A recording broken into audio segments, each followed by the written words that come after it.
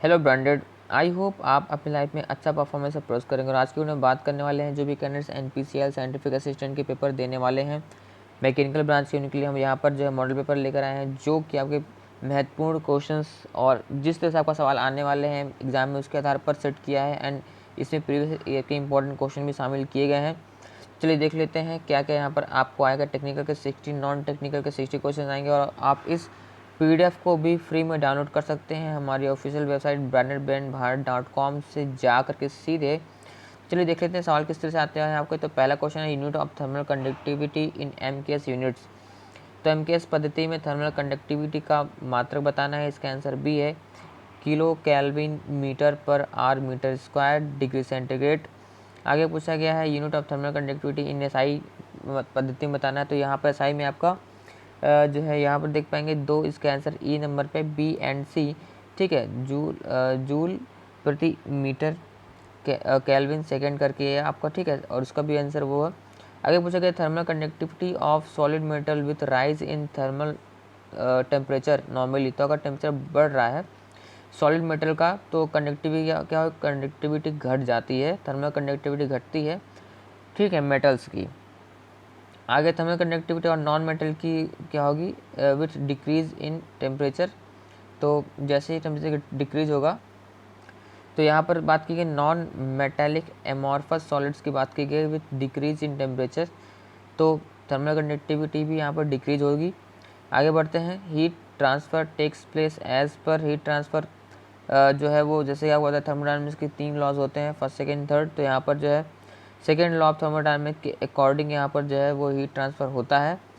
आगे बात करते हैं, when heat is transfer from one particle of hot body to another by actual motion of heated particle, तो उसे क्या बोलते हैं।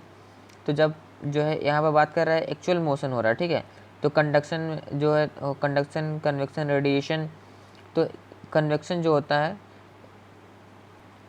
तो कन्वेक्शन जो होता है वो आपका जैसे पानी में जो अणु होते हैं, ठीक है, तो जो अणु होते हैं उनमें जो है वो होता है। और जो कंडक्शन होता है वो किसी भी ठोस में एक गर्म होता है, देन दूसरा गर्म होता है, तीसरा। तो एक्चुअल में जो चालन हो रहा है एक गर्म हुआ फिर दूसरे में गई। तो कई लोगों को कन्फ्यूजन रहता है कन्वेक्शन और कंडक्शन में क्या होगा। तो यहाँ पर जो है मोशन आप देख पाएंगे, यहाँ से हीट यहाँ ट्रांसफर हो रही, फिर यहाँ ट्रांसफर हो रही। तो यहाँ पर जो है आपका आंसर होगा कंडक्शन। आगे बढ़ते हैं, when heat is transferred from hot body to cold body in a straight line without affecting the intervening medium. तो यहाँ पर रेडिएशन होगा, सिंपल है। अगला है कि sensible heat is the heat required to, इसका आंसर है सी नंबर, यानी कि increase the temperature of a liquid to vapour. ठीक है, लिक्विड से वेपर में चेंज होने में जो हीट होती है रिक्वायर्ड उसे सेंसिबल हीट कहते हैं। नवा पूछा है the insulation ability of an insulator with the presence of moisture would.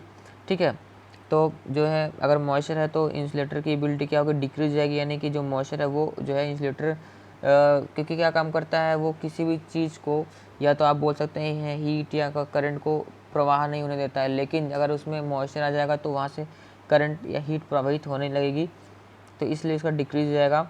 आगे बढ़ते हैं 10 number, in case of an elastic bar fix at upper end and loaded by a falling weight at lower end the shock load produce can be decrease by.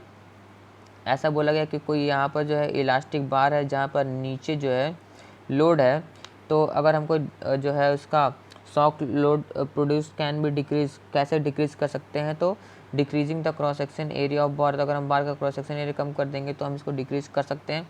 ये सारे बहुत ही महत्वपूर्ण question हैं जो कि पिछले पेपर्स में आए हुए हैं, डिफरेंट पेपर्स में। तो आपको जरूर इसको अच्छे से समझ लेना, याद कर लेना है। 11 पूछा गया है, other method of reducing shock load in the above case can be. तो अगर ऊपर वाला केस है उसमें ही हम अदर मेथड क्या अप्लाई कर सकते हैं, तो टू इंक्रीज द लेंथ, अगर हम लेंथ को भी इंक्रीज कर दें, या हम जो है जो चौड़ाई है, जैसे मान लो अगर हम लेंथ इंक्रीज करेंगे तो भी हम इस जो है उसको लोड को कम कर सकते हैं, या हम जो है थिकनेस यानी जो है उसको बढ़ा देते हैं। ठीक है, क्रॉस सेक्शन एरिया कम कर देना यानी कि थिकनेस पतला और ज़्यादा कर देना। ठीक है, तो उसमें हम कर सकते हैं। 12 पूछा गया, if load W is applied instantaneously on a bar then stress induced in bar will. तो जो स्ट्रेस इंड्यूस होगा कितना कैसे होगा, तो B independent of ratio of mass of load to mass of bar. ठीक है, तो जो रेशियो आपका मास ऑफ लोड है W और मास ऑफ बार जो आपका है, इसके जो रेशियो उससे फ्री रहेगा, उसका इस पर कोई भी जो है मतलब नहीं रहेगा। 13 पूछा गया कि brittle coating technique is use for, तो ब्रिटल कोटिंग टेक्निक किस में यूज करते हैं, तो एक्सपेरिमेंटल स्ट्रेस एनालिसिस में इसका यूज करते हैं। ठीक है, आगे बढ़ते हैं। Stress concentration is cause due to, stress concentration किस कारण से होता है, तो 14 का आंसर डी है। इसमें ऑल ऑफ द यानी कि variation in properties of material from point two point in A member. ठीक है, स्ट्रेस की बात की गई कि स्ट्रेस कंसंट्रेशन किसके कारण होता है, तो अगर जो है आपका जो मटेरियल है उसमें अलग अलग पॉइंट पर दूसरे प्रॉपर्टी मतलब अलग अलग मटेरियल यूज करेंगे तो उससे भी होगा। अगला है कि पिटिंग एट पॉइंट्स और areas at which load of member are applied, तो अगर पिटिंग हो रहा है तो उससे होगा। ठीक है, एब्रप्ट चेंज ऑफ सेक्शन, अचानक चेंज हो रहा है सेक्शन में तो उसमें होगा। तो सभी इसके आंसर सही है। आपसे अगला पूछा गया है यहाँ पर, the endurance limit of a material with finished surface is finished surface in comparison to rough surface is, endurance limit की बात की गई है। ठीक है ना, of a material with finish surface in compare to rough surface, तो rough surface से कंपेयर में फिनिश सरफेस में क्या होगा, तो इंड्योरेंस लिमिट ज़्यादा होगी। 16 पूछा गया है, plastic flow in ductile materials क्या होगा, तो बी नंबर है lesser the seriousness of static loading stress concentration. ठीक है, आगे बढ़ते हैं। ये सभी अगर आपने अच्छे से टेक्निकल पढ़ा है तो आपको ये सारे क्वेश्चन आ जाएंगे। ज़्यादा हार्ड क्वेश्चन नहीं है, लेकिन आपको इन सभी क्वेश्चंस को पढ़ना जरूर पड़ेगा ताकि आप जो है एग्ज़ाम में तुरंत इनको सॉल्व कर पाएँ और आपको डिले भी ना हो और कोई भी गड़बड़ी ना हो। कई बार क्या होता है कि आंसर हमको पता होता है, फिर हम बाद में जो है हमको कन्फ्यूजन हो जाता है, डाउट हो जाता है। ठीक है, अगला पूछा गया है 17 number, the maximum stress due to stress concentration in a bar having circular transfer जो है transverse hole as compare to its static stress without hole will be. ठीक है, तो एक होल में है और विदाउट होल में, तो जो क्या बात पूछ रहा है कि what the maximum stress due to stress concentration in a bar, तो अगर होल वाला है तो उसमें क्या होगा 3 टाइम्स मोर होगा। ठीक है, 18 पूछते हैं, आप यहाँ से हम थोड़ा स्पीड बढ़ाएंगे क्योंकि अगर नॉन टेक भी कंप्लीट करना है, आप हम क्वेश्चन बता रहे हैं देन आप उसके आंसर सीधे आपको दिख रहा है, तो आप पहले खुद से ट्राई करेंगे, बाकी आंसर आपको बता दिए जाएंगे। तो 3 नंबर का आंसर आपका डी है। देन आपका 19 kinetic energy of molecules in terms of absolute temperature T is a proportional to, तो 19 का आंसर आपका ए है टी। 20 पूछा गया कि आपका super heated vapour behaves as, तो अप्रॉक्सीमेटली एज ए गैस आप बोल सकते हैं, डी है। आगे बढ़ते हैं 21 absolute zero pressure will okay, इसका आंसर सी है। आगे बढ़ते हैं। ठीक है, 22 number, no liquid can exist as liquid at zero pressure, अगर जीरो प्रेशर है तो कोई भी लिक्विड जो है लिक्विड की तरह से बिहेव नहीं करेगा। आगे बढ़ते हैं 23 the unit of power in SI units, तो पावर का एसआई यूनिट क्या है, डी इसका आंसर है यानी कि वॉट हो गया।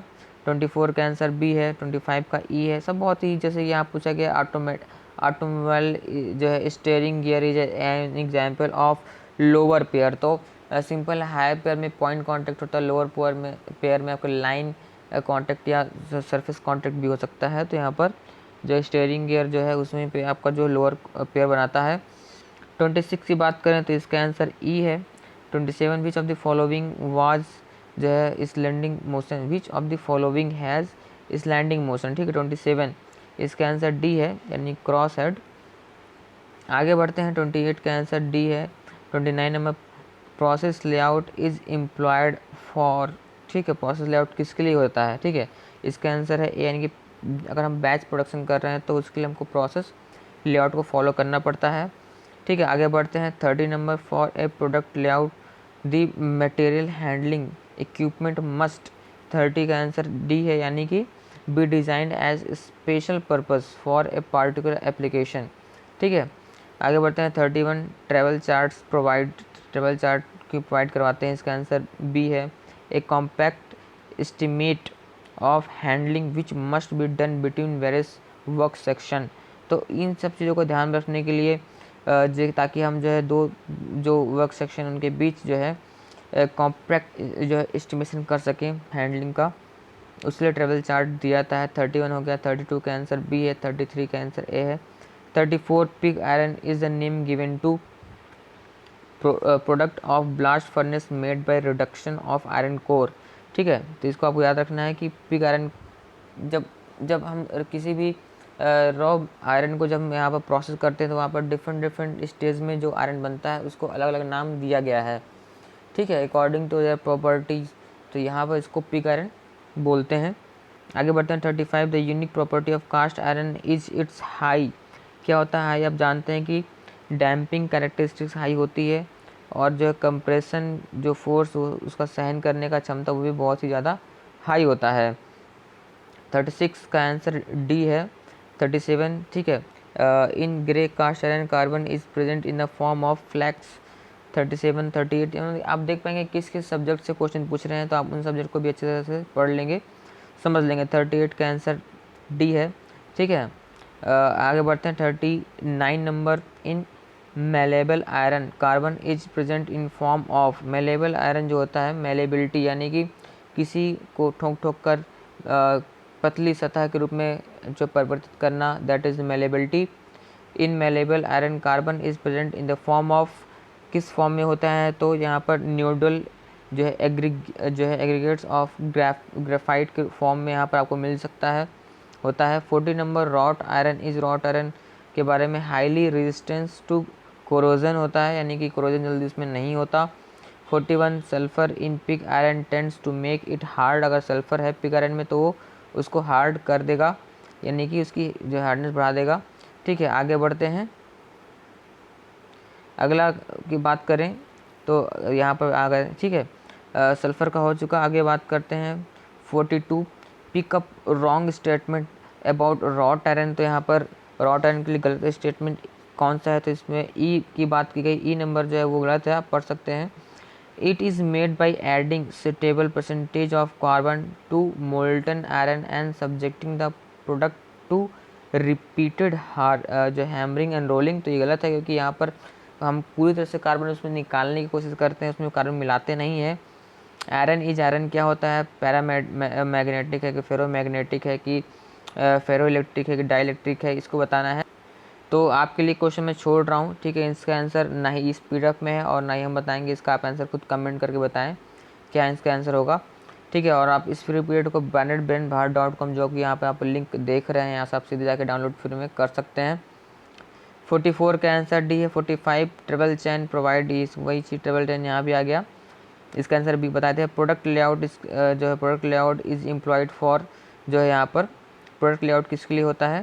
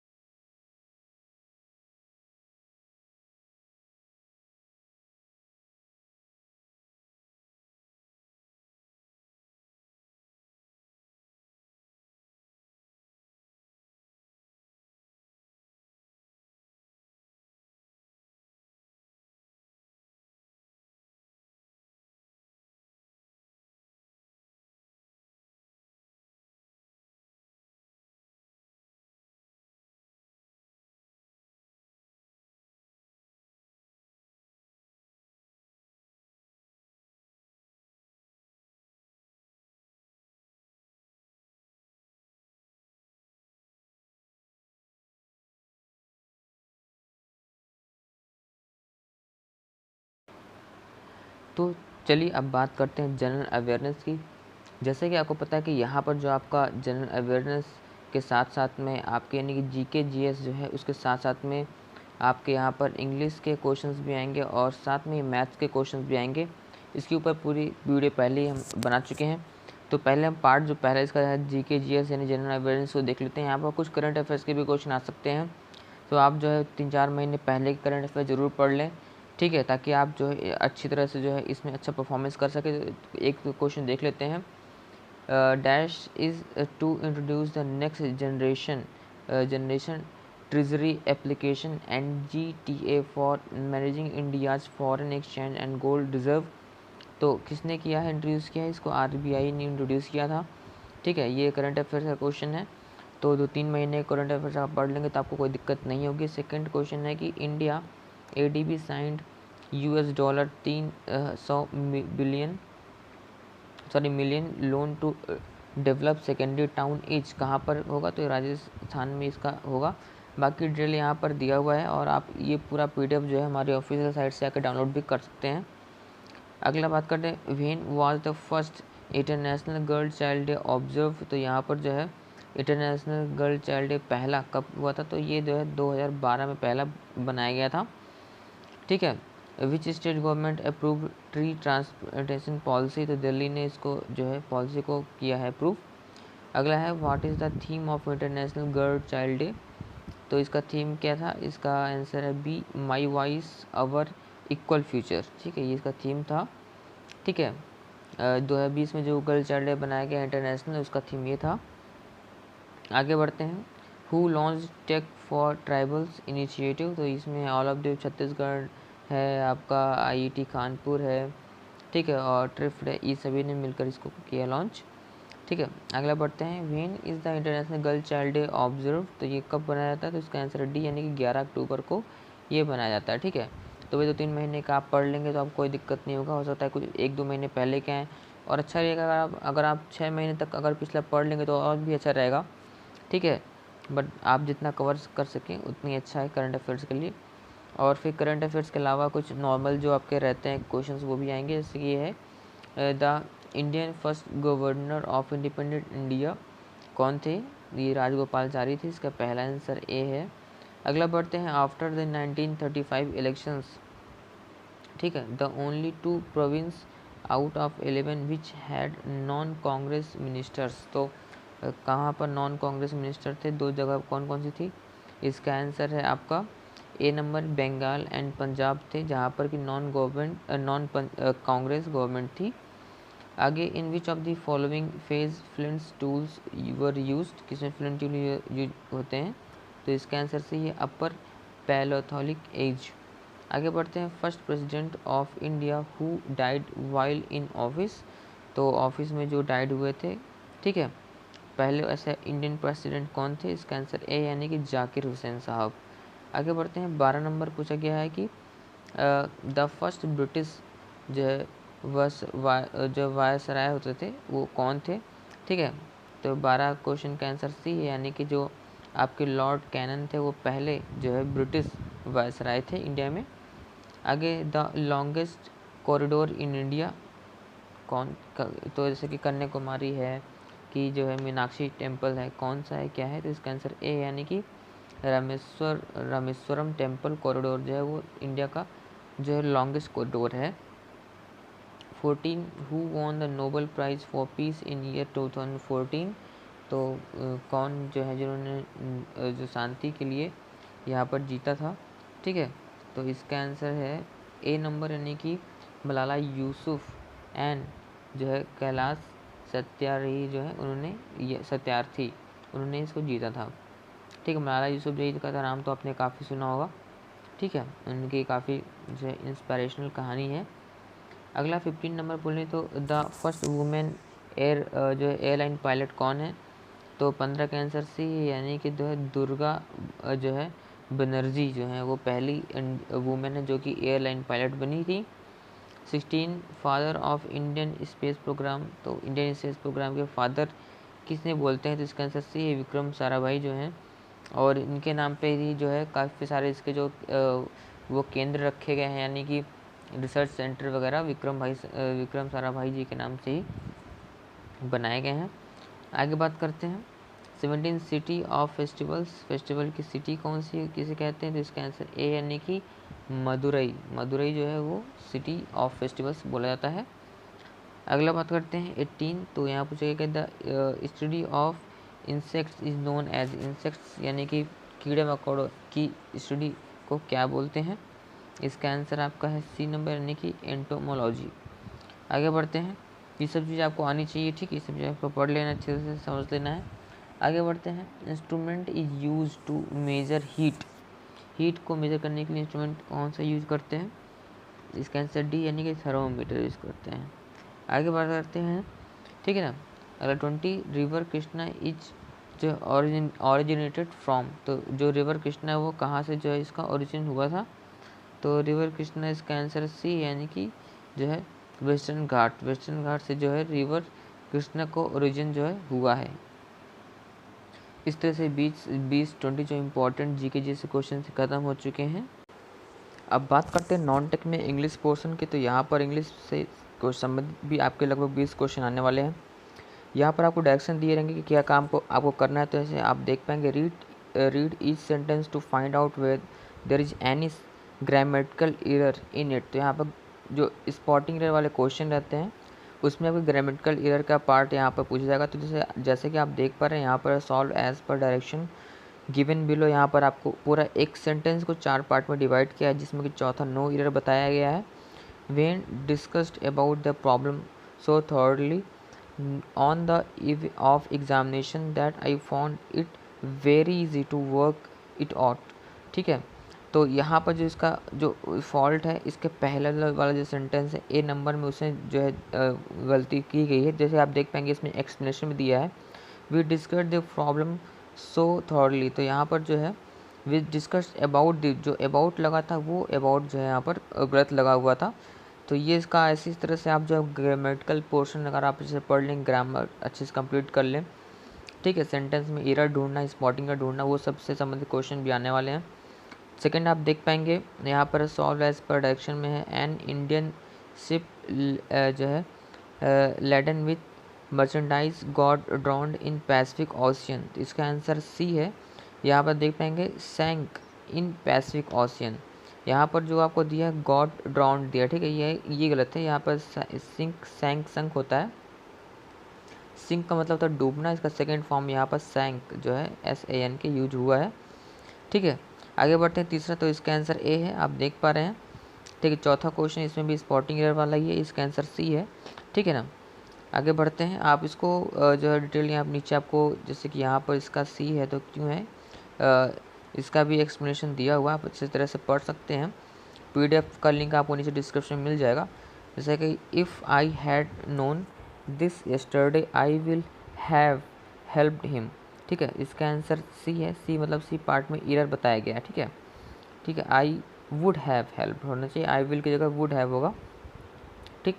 अब देखिए सेकंड आपको क्या पूछा गया है, in the following question choose the word which is exact opposite, यहाँ पर एंटोनिम से संबंधित क्वेश्चन, जैसे कि आपको एक्सपेंड है तो इसका दिए हैं 4 ऑप्शन, कन्वर्ट है, कंडेंस है, कंजेस्ट है, कंक्लूड है, तो इसका क्या होगा, एक्सपेंड और फैलाना, ठीक है। तो इसका आंसर अपोजिट बताना तो कंडेंस यानी कि सिकोड़ देना, ठीक है।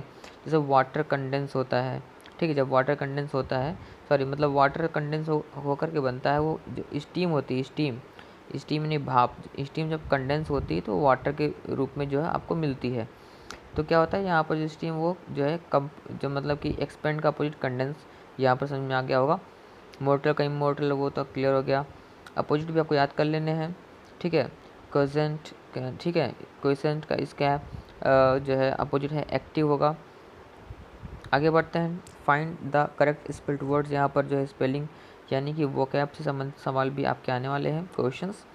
जैसे कि आप देख पाएंगे यहाँ पर इसका आंसर सी है, पैलेट, PALATE, सभी का अगर आप प्रोनाउंसिएशन के ऊपर जाएंगे तो सबको आपको वही पैलेट इस तरह से आप पढ़ने में आ रहा है, बट एक्चुअल में जो स्पेलिंग ग्रामेटिकल एरर वो सी पार्ट जो है जो आपको पूछा गया है कि कौन सा सही है, ठीक है ना।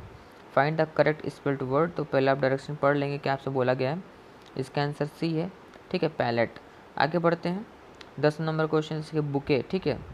तो जो है तो इसका आंसर सी है, इसका भी सी है, BOUQUET, ठीक है। ओके, आगे बढ़ते हैं। जैसे कि देख पाएंगे बुके क्या है, बंच ऑफ फ्लावर्स जो है बुके जैसे देते हैं। अगर आप कभी जाएंगे किसी बड़े फंक्शन में तो आप देखेंगे जो भी बड़े बड़े अतिथि होते हैं, यानी जो बड़े बड़े लोग होते हैं, उनको जो है वहाँ की टीम बुके यानी कि फूलों का एक गुलदस्ता गुच्छा टाइप का होता है वो देता है, दैट इज़ अ बुके। इसका करेक्ट आंसर है BOUQUET, ठीक है। इसको अगर आप ऐसे देखेंगे तो बकेट ऐसा कुछ आ रहा है, but it is called bouquet. आगे बढ़ते हैं, ठीक है। अगला देखिए यहाँ पर डायरेक्शन दिया हुआ है, in question given below out of 4 alternative choose the one which can be जो है substituted for the given words, यानी कि यहाँ पर अगर मैं बात करूँ सब रिप्लेस कर जा सके, यानी कि जैसे पूरे पूरे वर्ड अगर मैं पढ़ के सुनाऊँ तो यहाँ पर आपको एक सेंटेंस दिया है, a person pretending to be somebody he is not, ठीक है। तो ये जो पूरा एक सेंटेंस है, ठीक है, बट आपको बताना है कि कौन सा ऐसा एक वर्ड है जो इस पूरे सेंटेंस को रिप्लेस कर सकता है, यानी कि ये वन वर्ड सब्स्टिट्यूशन, यानी कि पूरे वर्ड्स के लिए एक शब्द बताने हैं, ठीक है। तो a person pretending to be somebody he is not, ठीक है। ये जो दूसरों को ही दिखाना चाहते हैं कि वो ऐसा नहीं है, तो वो ऐसा कौन होता है, मैजिशियन होता है कि रोगी होता है कि लायर होता है कि इम्पोस्टर होता है। तो इसका आंसर डी है, इम्पोस्टर। जो ऐसा बंदा जो लोगों को दिखाता है कि वो ऐसा नहीं है, वो दैट इज़ अ इम्पोस्टर। आगे बढ़ते हैं, a person who knows many foreign languages. तो जैसे कोई ऐसा बंदा जिसको कि बहुत सारी जो विदेशी लैंग्वेज आती हैं, फ्रेंच आती है, चाइनीज़ आती है और रशियन आती है, मतलब डिफरेंट डिफरेंट लैंग्वेज, तो दैट इज़ द लिंग्विस्ट बोलते हैं, यानी कि जैसे अगर 2 लैंग्वेज जाने तो बाईलिंगुअल, ठीक है, linguist, that is the know many more languages. 13 की बात करें तो one who has little faith in human जो है सिंसियरिटी एंड गॉडनेस, तो जिसको जो है ह्यूमन सिंसियरिटी और गुडनेस पे बहुत ही कम फेथ होता है, that is called cynic. Okay, आगे बढ़ते हैं। अगला डायरेक्शन दिया है, some proverbs idioms are given below together with their meaning, choose the correct meaning to meaning of proverb idioms. यहाँ आइडम्स फ्रेजेस वाले क्वेश्चंस आ रहे हैं। आइडम फ्रेजेस क्या होते हैं, जैसे कि आपको पूरा एक मुहावरे लोकोक्ति जो अगर आप हिंदी में बोल दें, ठीक है, तो जैसे कि आँखों का तारा, ठीक है, दैट इज़ द मुहावरे लोकोक्ति में इस तरह से आते हैं। तो जैसे कि यहाँ पर ए ब्लैक शिप, जैसे एन अनलकी, ब्लैक शिप जो है वो एक आइडम फेज में एक पार्ट, मतलब आइडम फेज का है। अब देखिए जो है अगर हम किसी चीज़ को और आइडम फेज क्यों यूज करते हैं, किसी चीज़ को थोड़ा सा सुंदरता दिखाने के लिए, किसी चीज़ को थोड़ा सा और बेहतर अपनी जो है नॉलेज को दिखाने के लिए। अगर मैं कहूँ किसी को, मान लीजिए कोई ऐसा है, अब देखिए ए ब्लैक सीप, तो इसका मतलब अगर हिंदी देखें तो काली भेड़ या काला भेड़, ठीक। लेकिन एक्चुअल में किसी को काला भेड़ नहीं बोला जा रहा है। ये जो एक ब्लैक सीप है वो एक्चुअल में किसी एक मीनिंग को दर्शा रहा है, ठीक है। तो इस तरह से अगर कहीं भी आप यूज़ करते हैं आइडम फ्रेज, तो उससे ये पता चलता है कि बंदे को ग्रामेटिकल जो है नॉलेज अच्छी है, और तो और यही सब चीज़ें हैं। अब देख लेते हैं ब्लैक शिप का एक्चुअल मतलब तो काला भेड़ होना चाहिए, बट इसको अगर देखें तो इसका मतलब क्या निकलता है, जैसे अनलकी पर्सन है, लकी है, अगली है, ए जो है partner who takes no share of profit है। तो क्या इसका आंसर होगा ब्लैक शिप। तो इसका answer E none of this, क्योंकि इसका आंसर इसमें से कोई भी नहीं है। एक्चुअल में इसका मतलब होता है, मतलब ब्लैक शिप से बोलते हैं जो कुछ भी नहीं करता या बिल्कुल निकम्मा आदमी, that is the called black sheep. देख पाएंगे in English language black sheep is an idiom use to describe an odd और disrespective member of group specially within a family, ठीक है। तो डिसरिस्पेक्टिव है, डिसरिप्यूटेबल, सॉरी मैं बोल रहा था यहाँ डिसरिप्यूटेबल, यानी कि जिसका कोई रेपुटेशन ना हो, जो कुछ ना काम करे। अब रेपुटेशन क्यों नहीं होगा भाई, क्योंकि जब वो काम ही नहीं करेगा, निठल्ला रहेगा, तो दैट इज़ द डिसरिप्यूटेबल पर्सन, ठीक है। ऑड या जो है रिप्यूटेबल पर्सन उसको बोलते हैं ब्लैक शिप। आगे है ए मैन ऑफ स्ट्रॉ, ठीक है। तो इसका आप लोग देख पा रहे हैं, तो इसका आंसर देख लेते हैं। इसका आंसर ए, यानी कि a man of no substance, ठीक है। तो इसका आंसर ये हो गया। आगे बढ़ते हैं, टू स्मेल ए रैट, ठीक है। इसका जैसे कि इसमें आपको ऑप्शन दिख रहा है, पहले आप ऑप्शन से कुछ ट्राई करने की कोशिश करें, बाकी आंसर तो हम बाद में बताएंगे ही, ठीक है। टू स्मेल ए रैट, इसका आंसर सी, यानी कि टू सस्पेक्ट फॉल डीलिंग, ठीक है। तो यानी कि अब एक्चुअल में बता देता हूँ कि जैसे आइडियम फ्रेजेस हैं उसमें से आप उसकी एक्चुअल मीनिंग निकालने का तरीका ये है कि कोई भी आइडियम से फ्रेज जो है वो जैसे कि टू स्मेल ए रैट, तो इसको आप हिंदी मतलब निकालें तो रैट मतलब चूहा, या ठीक है, तो उसको स्मेल यानी कि वैसा स्मेल, और चूहा कैसे स्मेल करता है, यानी कि छोटी छोटी चीज़ों को पकड़ लेता है। To to suspect foul dealing, यानी कि छोटी कोई भी गलत डीलिंग हो रही है उसको तुरंत जो है पकड़ लेना, ठीक है, फॉल डीलिंग को। आगे बढ़ते हैं, अगला direction, pick out the most effective word from the given words to fill in the blanks. अब देख लेते हैं यहाँ पर क्या दिया गया है। देखिए द टेलीफोन डैश है several times before I answered it, तो जैसे कि यहाँ पर वही ग्रामेटिकल से संबंधित सवाल हैं, जैसे पहले स्पॉटिंग एरर थे, but these are not spotting error. यहाँ पर आपको जो है ग्रामेटिकल जो भी सही चीज़ पढ़ रही है उसको यहाँ पर फिल इन द ब्लैंक्स में भरना है और सेंटेंस को पूरे करने हैं।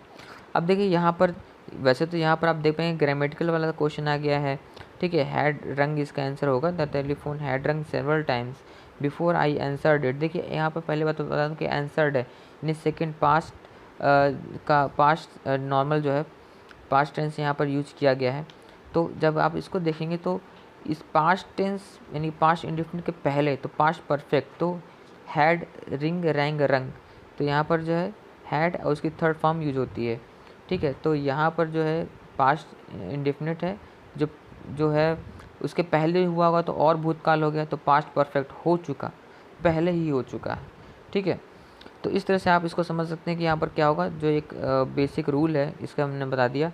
बाकी जो आप किस तरह से क्वेश्चन आएंगे उसमें ज़रूरी है नहीं कि आपके सिर्फ ग्रामेटिकल आए, हो सकता है कि प्रीपोजिशन फिलिंग करने के लिए भी आए, आर्टिकल फिलिंग करने के लिए आए, तो उन सब चीज़ों को आप अच्छे से पढ़ लेंगे, ठीक है। अब आगे बढ़ते हैं 18 नंबर की बात करें तो he pass the examination in their first class because, इसका आंसर सी है, जैसे कि because he had worked hard for it, तो उसने पहला पोजीशन के पास की क्योंकि उसने जो है इसके लिए बहुत ही ज़्यादा मेहनत की थी, ये इसका आंसर जो है आ रहा है। आगे बढ़ते हैं 19 क्वेश्चन की बात करें तो यहाँ पर पूछा गया स्पेंड हिज चाइल्डहुड, ठीक है, Jawaharlal spend his childhood dash Anand Bhavan, तो कहाँ जैसे आनंद भवन। अब देखिए यहाँ पर ये जो है एट होगा कि इन होगा कि ऑन होगा कि अक्रॉस होगा, तो जो है यहाँ पर जो आपका प्रीपोजिशन से संबंधित जो है सवाल पूछा गया है, तो जो है जैसे यहाँ पर आपके अगर जैसे एट है, इन है, ऑन, अक्रॉस, तो यहाँ पर इसका आंसर होगा एट होगा, यानी कि एक प्रॉपर जो आनंद भवन है एक जगह है जहाँ पर जो है पंडित जवाहरलाल नेहरू जी की बात की गई, उन्होंने अपना जो है बचपन जो गुजारा था, तो उस एक प्रॉपर इन तो हो जाएगा अंदर किसी चीज़ के बिल्कुल अंदर हो सके, जैसे कि इन द रूम, ठीक है। और इनटू बोले तो जब किसी चीज़ में गति करते हुए अंदर जाते हैं, जैसे कि इनटू द वेल, ठीक है, यानी कि the stone is going down into the well, ठीक है, ये हो गया ऑन, ठीक है, ऑन मतलब किसी के ऊपर होना, ठीक है, ऊपर, तो यहाँ तो ऊपर तो होगा नहीं और इनटू भी नहीं होगा, इन मतलब उसके अंदर भी नहीं होगा। आनंद भवन एक तो एक बड़ी प्रॉपर्टी, तो वही जब जैसे कि एट किसी एक जो है फिक्स प्लेस की जगह पर जो आप एट का यूज कर सकते हैं, तो यहाँ पर एट का यूज किया गया है, ठीक है। आगे बढ़ते हैं, अगला क्वेश्चन 20 है, यहाँ पर पूछा कि वही वाले सवाल है जैसे कि यहाँ पर आपसे फेथ है, बिलीव है, सब्सटेंस है, ये जो इसके ऑप्शन दिए हुए हैं। पहले क्वेश्चन पढ़ते हैं, if the negotiations are no fruitful there must not only be sincerely on each side but there must also be dash in the sincerity of other the side, ठीक, ऑफ द अदर साइड। तो यहाँ पर क्या होगा, तो यहाँ पर 20 की बात करें तो यहाँ पर फेथ, यहाँ जो फेथ की बात की गई, faith in the sincerity to the other side, तो यहाँ पर फेथ अगर आप करते हैं तो इसका जो है बिल्कुल सही पड़ जाएगा, ठीक है। तो इस तरह से जो आपको पूरी इंग्लिश के जो है क्वेश्चन क्लियर हो चुके होंगे। तो अब बात करेंगे नॉन टेक में जो आपका मैथ का सेक्शन आने वाला है उसमें क्या क्या चीज़ पूछे जा सकते हैं।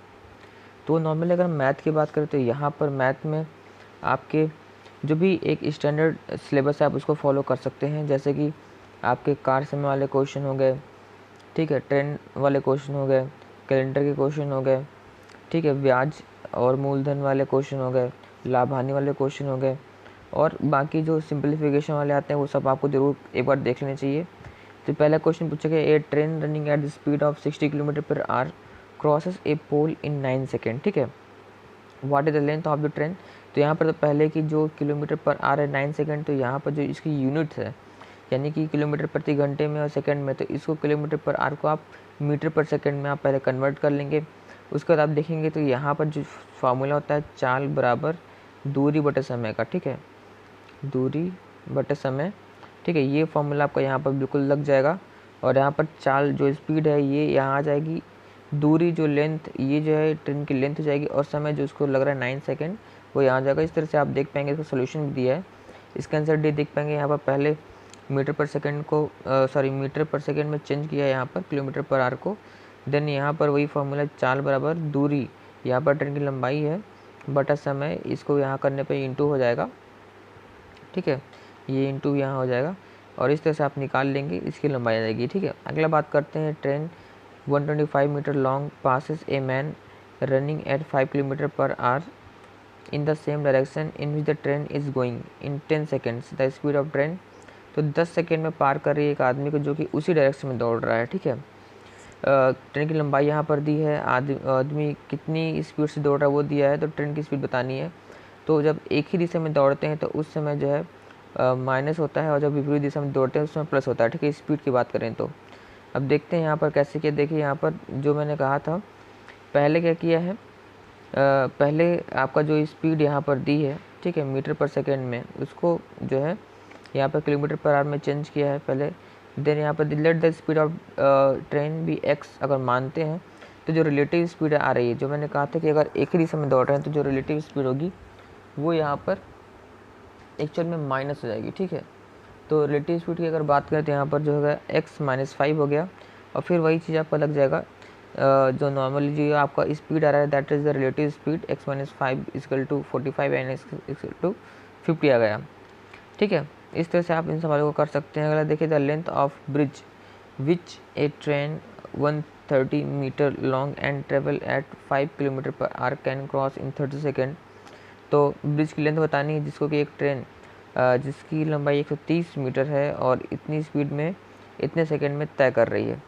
तो इसमें जो है सिंपल, जैसे कि यहाँ पर किलोमीटर पर आ रहा है तो इसको मीटर पर सेकंड में आप चेंज करेंगे। उसके बाद देख पाएंगे कि यहाँ भी ये ट्रेन की लंबाई है, ब्रिज की लंबाई पूछ रही है, समय दिया है चाल, तो यहाँ पर जो रिलेटिव जो ये है, ठीक है, जो समय लग रहा है वो एक्चुअल में आपका रिलेटिव जो दोनों की लेंथ है, ठीक है ना, उसके अक्रॉस लग रहा है। तो यहाँ पर आप देखेंगे, पहले चेंज करेंगे, उसके बाद यहाँ पर जो है ये जो समय लग रहा था, ठीक है, जो समय 30 सेकेंड है यहाँ पर, वो समय और जो आपका लग रहा है वो दोनों की लंबाई के प्लस है, ठीक है। यानी कि सिर्फ ट्रेन की लंबाई नहीं, जैसे सिंपल आपको जो फॉर्मूला 4 बार दूरी बटे समय, उसी में आपको हेरमेंट करना पड़ेगा। तो जो दूरी है वो ट्रेन की लंबाई प्लस जो ब्रिज जिसको क्रॉस कर रहा है उसकी लंबाई, दोनों की लंबाई यहाँ पर ऐड हो जाएगी, ठीक है। मतलब ये सब जो ऐड हो जाएगी, कैसे ऐड होगी, ये सब इसके बेसिक कॉन्सेप्ट है, ये ऐड होती है, इसको आपको याद करना पड़ेगा कि किस कंडीशन में क्या होता है। जैसे अगर एक ही दिशा में है तो स्पीड माइनस होगी, विपरीत दिशा में है तो स्पीड प्लस हो जाएगी, और अगर किसी ब्रिज को पार करें तो उस समय जो जो आपका लेंथ है, जो एग्जैक्ट लेंथ है, वो आपकी ट्रेन की लंबाई प्लस ब्रिज की लंबाई हो जाएगी, ठीक है। इस तरह से आप कर सकते हैं इसको, तो बस आप सॉल्व कर लेंगे। अब तो हम स्पीड चलेंगे। यहाँ पर बोला है कि दो ट्रेन है, 2 train running in opposite direction cross A man standing at platform in 20 seconds and 17 second, ठीक है, दोनों विपरीत दिशा में है, और एक 17 सेकेंड में पार कर रही है और एक 27 सेकेंड में, ठीक है, and cross each other in 23 second, और एक दूसरे को 23 सेकेंड में पार कर रही है। The ratio of their speed is, तो उनका स्पीड का रेशियो क्या होगा, तो आप देख पाएंगे यहाँ पर अगर जो है मान लेते हैं उनका, let the speed of 2 train, जो दोनों ट्रेन का स्पीड अगर मानते हैं, तो लेंथ ऑफ फर्स्ट ट्रेन, पहले ट्रेन की लंबाई 27 सेकेंड में पार कर रही है, दूसरी 17 सेकेंड में, ये हो गया, ठीक है। आप जान गए, वही पहले वाला 4 बराबर 2 बटे समय से आ जाएगा। देन यहाँ पर दोनों का रिलेशन जो है यहाँ से इस तरह से निकल आएगा, ठीक है। 23 सेकेंड में पार कर दिया और इस तरह से आप जो एक्स वाई का अनुपात निकाल सकते हैं। A train passes a station platform in 33 seconds and a man standing on the platform in 20 seconds, ठीक है। किसी प्लेटफॉर्म को 36 सेकेंड में और आदमी को 20 सेकेंड में। If the speed of train का स्पीड 54 किलोमीटर पर आ रहा है, what is the length of platform की लेंथ। तो ये सब भी वैसे तरह से क्वेश्चन है, आप कर लेंगे।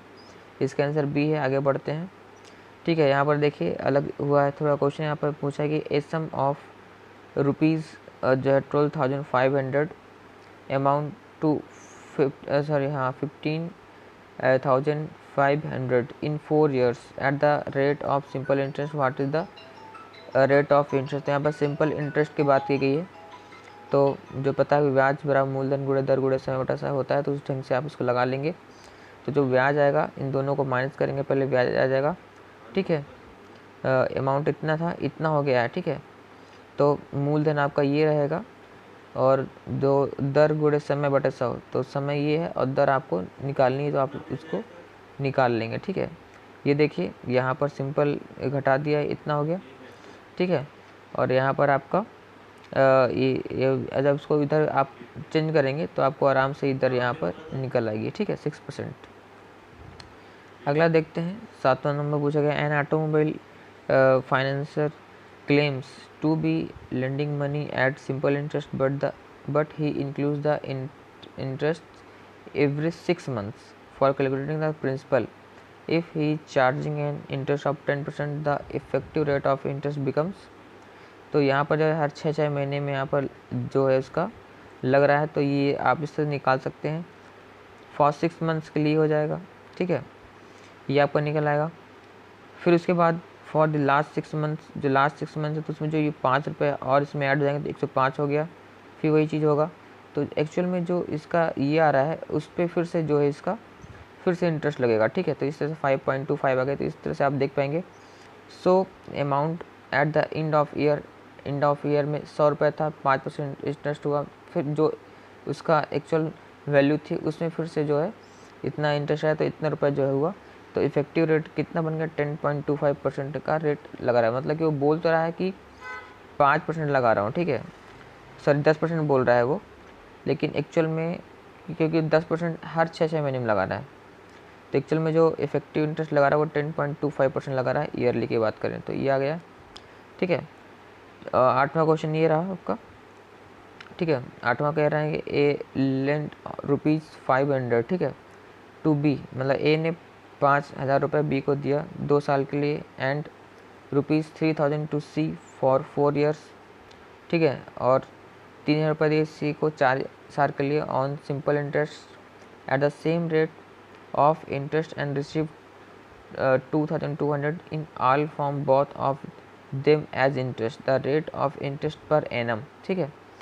तो ये बात जो बोल रहा है कि ये तो है कि 2 जगह ये इतने रुपए दिया इसको और 2 साल के लिए दे रहा है, और इतने रुपए दे रहा है किसी को 3 साल के लिए, सिंपल इंटरेस्ट है और सेम रेट ऑफ इंटरेस्ट है, तो आप इसको आप एक्स मान सकते हैं। और जो है इसने जो रिसीव किया, ठीक है, इतने रुपए रिसीव किया इन ऑल फ्रॉम बोथ, ठीक है, दोनों से इतने रुपये इतने रिसीव किया। तो आप देख पाएंगे यहाँ पर जो आपका ब्याज जाएगा मूलधन गुणे दर गुणे समय, दर क्योंकि मैंने कहा था एक्स मान लो, यहाँ पर आर माना है, और जो दोनों का कैलकुलेशन है, दोनों का जो एक्चुअल में ऐड आ रहा है वो ब्याज जो उसने कमाया है दोनों से मिलाकर के 2,200 रुपये कमाया है। तो यहाँ पर दोनों को आप दोनों में कंडीशन में ब्याज निकालेंगे, तो उस समय इतना मूलधन दिया था, दूसरे को इतना मूलधन दिया, ब्याज सेम था लेकिन समय अलग अलग था, 2 साल था यहाँ पर था 4 साल। और यहाँ पर आप इससे कर लेंगे तो आपको आराम से जो आर है उसकी वैल्यू आप यहाँ से कैलकुलेट कर सकते हैं, ठीक है। आगे बढ़ते हैं। ए सम ऑफ, यहाँ पर दिया है sum of 725 is lend in the beginning of year at the certain rate of interest, after 8 months एक sum of ₹362.5 more is lend but the rate twice the former, ठीक है। तो फिर पहले इतने रुपये दिया 1 साल के लिए, ठीक है, एक सर्टेन रेट ऑफ इंटरेस्ट में दिया, ठीक। उसके बाद 8 महीने बाद, यानी कि अभी 4 महीने बचे थे, ठीक है, उसने इतने रुपए और दिए, लेकिन अभी जो रेट ऑफ इंटरेस्ट है वो 2 गुना कर दिया। तो रेट ऑफ इंटरेस्ट आप कुछ मान लो, x मान लो, फिर बाद में 2x मान लो, ठीक।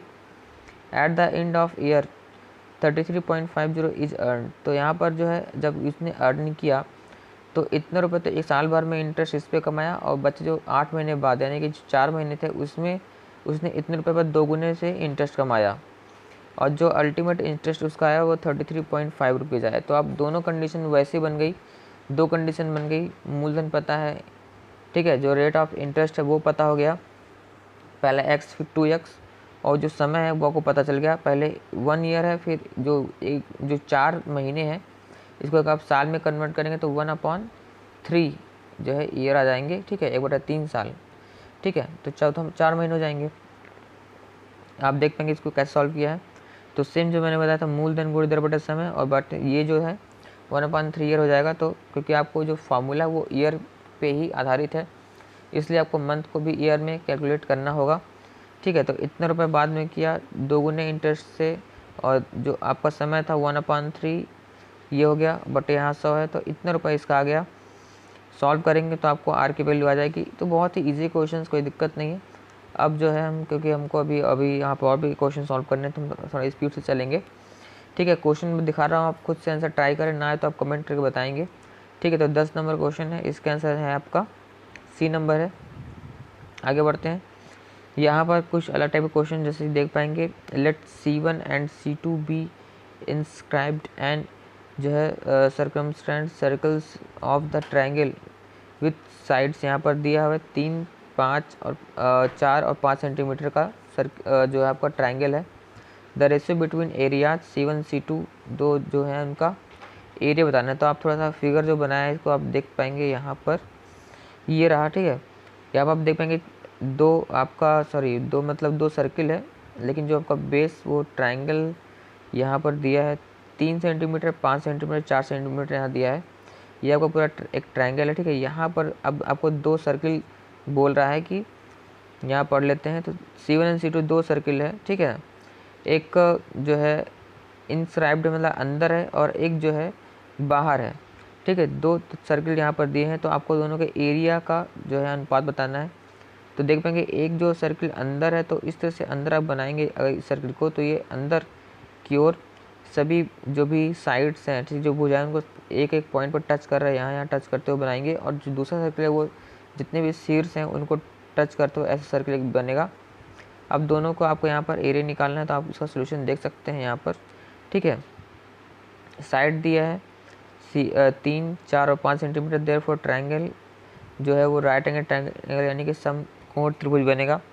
The radius of inscribed circle, अब अंदर वाला जो है उसका जो रेडियस आपको, क्योंकि अगर आपको किसी भी सर्किल का एरिया निकालना है तो उसके लिए पहले आपको रेडियस पता होना चाहिए, ठीक। तो यहाँ पर C1 अगर आप करेंगे तो यहाँ पर C1 का आपको यहाँ पर इसको सॉल्व करने के लिए इसका रेडियस C1 का निकालेंगे, देन आप C2 का रेडियस निकालेंगे, देन आप उसको जो है उसका रेडियस के बाद जो उसका फार्मूला होता है किसी भी वृत्त के एरिया यानी कि क्षेत्रफल का, आपको लगाकर इसको आप जो है आप सीधे सॉल्व कर सकते हैं, ठीक है। तो इससे पहले तो मेन फिगर आपका बन जाएगा, तो आप इसको आराम से सॉल्व कर पाएंगे।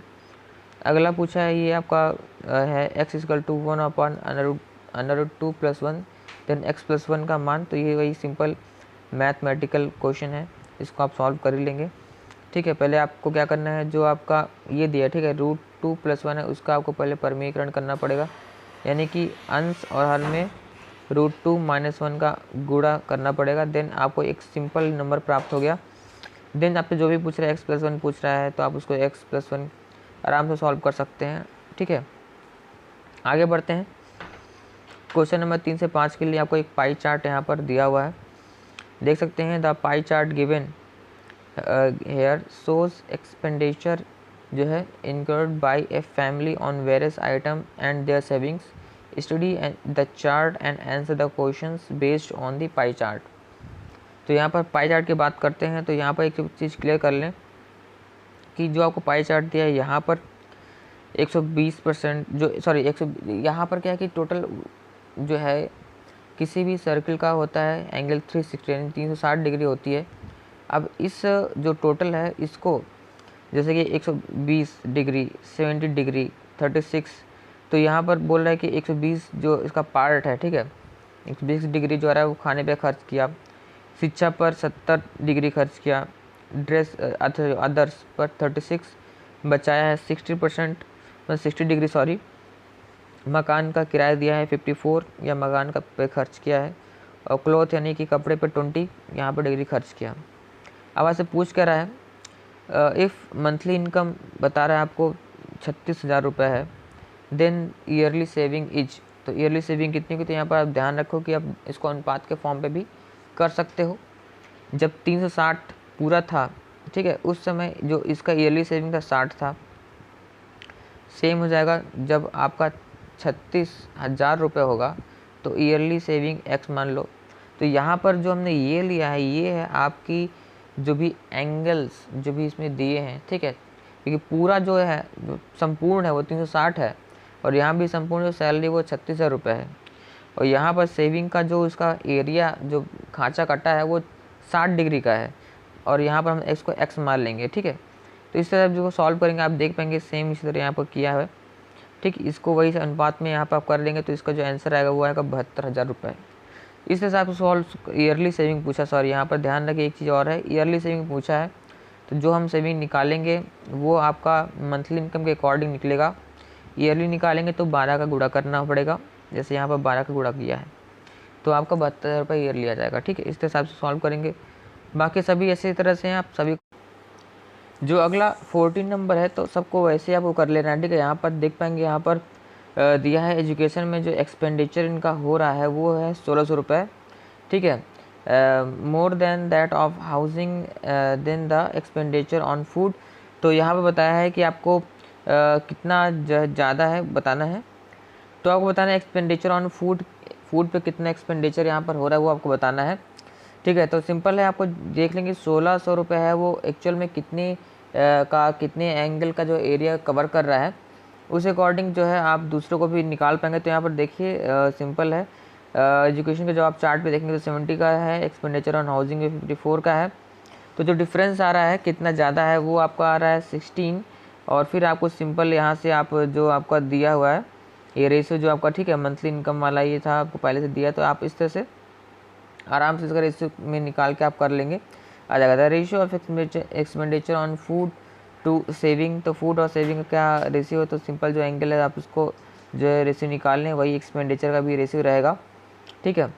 और इस तरह से आप कर सकते हैं, 16 नंबर भी आप कर ही लेंगे, ठीक है। यहाँ पर है the average mark obtain by 8 student in 6 subjects is 88. On subsequent verification it was found that the mark obtained by him in a subject was wrongly copied as 86 instead of 68। तो यहाँ पर देखिए 6 सब्जेक्ट का यहाँ पर औसत यहाँ पर दिया गया है 88, तो आप 6 सब्जेक्ट x1 से लेकर x6 तक मान लीजिए, और यहाँ पर बटे में हो जाएगा 88, ठीक है। तो इनका जो 88 अच्छा 6 सब्जेक्ट का है ना, तो यहाँ पर सॉरी यहाँ पर 6 होगा, ठीक है, 6 सब्जेक्ट का है जो कि 88 यहाँ पर आएगा, ठीक है। ऑन सब्सिक्वेंट वेरिफिकेशन, जब वेरिफिकेशन हो रहा है तब ये पाया जा रहा है कि यहाँ पर जो है कॉपीड एज 86 इंस्टेड ऑफ 68, तो यहाँ पर जो x1 से लेकर के x6 तक जो सब्जेक्ट हैं उसमें से कोई एक है जिसको कि 68 होना चाहिए था, ठीक है, लेकिन गलती से क्या लिख दिया है 86 लिख गया है, ठीक है, कॉपीज एज 86। तो यहाँ पर जो आप समझ सकते हैं कि यहाँ पर आप जो करंट सिचुएशन आ रही है उसमें आप मान लो कि x1 ही मान लो, ठीक है, x6 ही मान लो, तो x6 जो है आपका वो x6 हो गया, आपका 86 हो गया, ठीक है, और बटे 6 है सबका बटे बराबर हो गया 88 यहाँ पर आ रहा है, ठीक है। तो आप यहाँ से x1 plus x2 plus x3 dot x5 plus x6 की वैल्यू आप निकाल लेंगे, 88 इंटू 6 कर देंगे। तो यहाँ से जब आप x1 से लेकर के पूरा x5 तक की वैल्यू निकालेंगे तो आपको 88 इंटू 6 माइनस 86 कर लेंगे तो आपको इसकी वैल्यू आ जाएगी, यानी कि x1 से लेकर x5 तक सब्जेक्ट की जो ऐड है सम है वो आपको निकल आएगी। उसके बाद एक जो रियल जो नंबर आपको है वो आपका 68 होने वाला है, तो प्लस जो इसको आंसर आएगा x1 से x5 तक जिसका सम का आंसर आएगा उसमें आप सिंपल 68 ऐड करेंगे, और बटे में आप यहाँ पर 6 करके उसका एक्चुअल रेशियो निकाल पाएंगे, एक्चुअल औसत निकाल पाएंगे। ठीक है, सॉरी रेशियो नहीं, औसत निकाल पाएंगे। तो यहाँ पर देख पाएंगे वैसे ही किया है। यहाँ पर मैंने x माना था, यहाँ पर s मान लिया, S1 से S6 तक। यहाँ पर एक आपको 86 दिया करंट सिचुएशन के अकॉर्डिंग, तो 528 माइनस 86 प्लस 68, तो 510 जो एक्चुअल नंबर आ गया, और बटे 6 कर देंगे तो इसका जो है एवरेज, रियल एवरेज निकल आएगा। इससे से आप कर पाएंगे, ठीक है। अगला देख पाएंगे, इधर पे जो है आपको फिर से एक यहाँ पर चार्ट दिया है, फर्स्ट इनिंग सेकेंड इनिंग करके दिया है, ठीक है। यहाँ पर देख पाएंगे महेंद्र सिंह धोनी, विराट कोहली है, चेतेश्वर पुजारा है, शिखर धवन, इससे पूरा दिया हुआ है।